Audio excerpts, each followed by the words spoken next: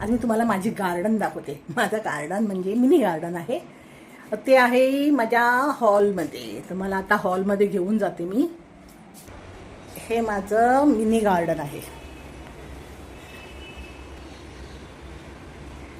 आता इथे ज्याच्यामुळे दिसत नाहीये तर तुम्हाला दाखवते. आता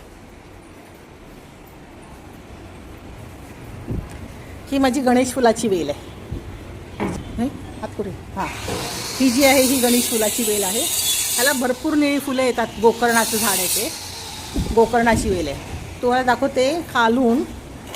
खालून असं वरपर्यंत असं पूर्ण माझ्या ग्रिलमध्ये ते आलेलं आहे. हे दुसऱ्यांदा, मी पहिल्यांदा कापून टाकले कारण त्याला मिलीबग लागलं होतं आणि मिलीबग झाल्यावरती ना जरासुद्धा टेकत नाहीत झाडं.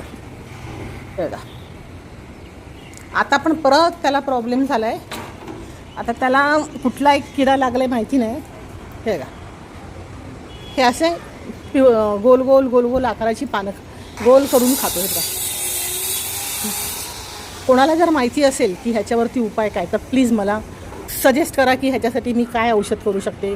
बिचारे ह्यांना असं झालेलं बघितलं तर मला फार फार फार दुःख होतं आहे. तुम्हाला सांगते बघा, इथे आहे स्नेक प्लांट. हे आहे माझं गोकर्णाचं झाड.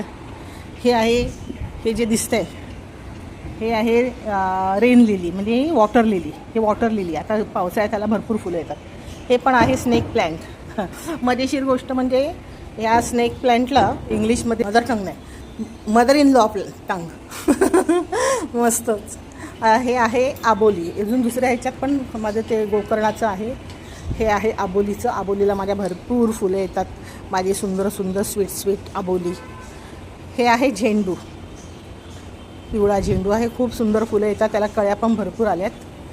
हे असं शो प्लॅन्ट आहे. परत माझं एक सुंदर असं आबोलीचं झाड आहे आणि त्याच्या बाजूला आहे तुळस. खूप बहरली आहे बघा. मस्तपैकी त्याला मंजिऱ्या आल्या आहेत. खूप असं मोठं झाड झालं आहे ते.